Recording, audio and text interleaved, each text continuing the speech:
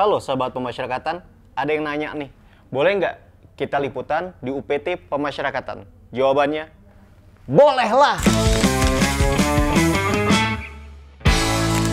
Dasarnya, Permenkumham tahun 2011 tentang pengelolaan dan pelayanan informasi dan dokumentasi pada Direktorat Jenderal Pemasyarakatan, Kantor Wilayah Kementerian Hukum dan HAM, serta Unit Pelaksana Teknis Pemasyarakatan. Terus gimana sih biar bisa liputan di lingkungan pemasyarakatan? Yuk sini kita kasih tahu. Untuk dapat melaksanakan peliputan di lingkungan pemasyarakatan, harus memperoleh izin secara tertulis dari Menteri Hukum dan HAM atau Direktur Jenderal Pemasyarakatan. Nah, izin tertulis ini diberikan untuk peliputan kegiatan tertentu. Terus gimana sih ketentuan permohonan tertulis yang diajukan? Pertama, untuk melaksanakan peliputan harus mengajukan permohonan secara tertulis paling lambat 1 minggu sebelum melaksanakan kegiatan. Kedua, permohonan tersebut setidaknya harus memuat identitas pemohon, penanggung jawab peliputan, maksud dan tujuan peliputan, waktu peliputan, dan lokasi peliputan. Perlu digarisbawahi, peliputan hanya dapat dilakukan di area publik.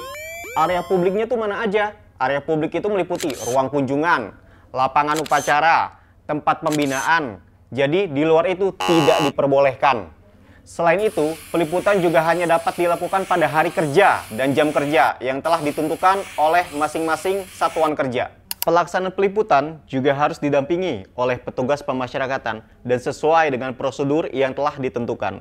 Dalam hal terjadi kejadian luar biasa dan perlu penanganan segera, maka peliputan dapat dibatalkan, dihentikan, ataupun ditunda oleh Kepala UPT Pemasyarakatan. Tapi kita boleh dong bebas wawancara dengan warga binaan? No, nggak gitu guys. Narapidana yang sedang dalam proses upaya hukum, tahanan, dan anak didik pemasyarakatan tidak diperkenankan untuk diwawancara, baik secara langsung ataupun tidak langsung oleh media cetak maupun elektronik. Wawancara terhadap narapidana hanya dapat dilakukan jika pertama, berkaitan dengan pembinaan narapidana. Kedua, narapidana yang bersangkutan bersedia dan dinyatakan secara tertulis. Selain itu, peliputan dan pembuatan film tidak diperbolehkan jika mengganggu kegiatan pembinaan pemasyarakatan, mengganggu ketentraman penghuni, dan menimbulkan gangguan terhadap sistem keamanan. Nah, selain izin liputan, apalagi yang bisa diakses publik di pemasyarakatan? Ada dua hal, yaitu informasi dan dokumentasi. Apa itu informasi? Informasi adalah keterangan, pernyataan, gagasan, dan tanda-tanda yang mengandung nilai, makna, dan pesan, baik data, fakta, maupun penjelasannya yang dapat dilihat, didengar, dan dibaca, yang disajikan dalam berbagai kemasan dan format sesuai dengan perkembangan teknologi informasi dan komunikasi secara elektronik ataupun non-elektronik. Sedangkan dokumentasi adalah kumpulan pengolahan, penyusunan, dan pencatatan dokumen, data, gambar, dan suara untuk bahan informasi publik. Informasi pemasyarakatan ini bersifat terbuka dan dapat diakses oleh setiap pengguna informasi, kecuali informasi yang dikecualikan. Informasi yang dikecualikan ini bersifat ketat, terbatas, dan rahasia sesuai dengan ketentuan peraturan perundang-undangan, kepatutan, dan kepentingan umum, serta didasarkan pada pengujian atas konsekuensi yang timbul apabila suatu informasi diberikan kepada masyarakat. Contoh informasi yang dikecualikan apa aja sih? Ini dia.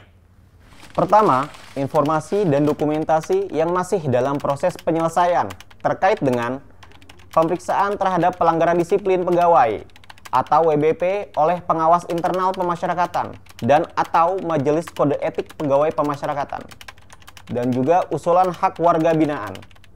Kedua, surat, memorandum, disposisi, dan nota dinas pada Direktorat Jenderal Pemasyarakatan, Kantor Wilayah, dan UPT Pemasyarakatan yang menurut sifatnya harus dirahasiakan. Ketiga, hasil audit oleh pengawas eksternal. Keempat, informasi dan dokumentasi yang menyangkut pertama, hak pribadi petugas pemasyarakatan. Kedua, hak pribadi warga binaan pemasyarakatan. Ketiga, kesehatan warga binaan. Ini terkait HIV ataupun AIDS. Keempat, keamanan benda sitaan dan barang rampasan. Kelima, warga binaan yang masih dalam proses hukum atau upaya hukum, serta sarana atau prasarana keamanan. Sementara itu, Informasi pemasyarakatan yang tidak dikecualikan ini terbagi dalam 3 kategori, yaitu pertama, informasi yang disediakan dan diumumkan secara berkala. Kedua, informasi yang diumumkan secara serta-merta. Dan ketiga, informasi yang tersedia setiap saat. Jadi jangan khawatir, selama informasi yang diminta tidak melanggar ketentuan, kamu bisa memperoleh dengan cepat, tepat waktu, dan tata cara yang sederhana. Ini merupakan upaya pemasyarakatan mewujudkan komunikasi dua arah yang harmonis dengan pengguna informasi pemasyarakatan, mendorong partisipasi masyarakat dalam proses pengambilan kebijakan publik dan pengelolaan informasi pemasyarakatan yang baik, mewujudkan penyelenggaraan negara yang baik, yaitu yang transparan, efektif, efisien, akuntabel, dan dapat dipertanggungjawabkan. Pastinya yang terpenting meningkatkan pengelolaan dan pelayanan informasi untuk menghasilkan layanan informasi yang berkualitas.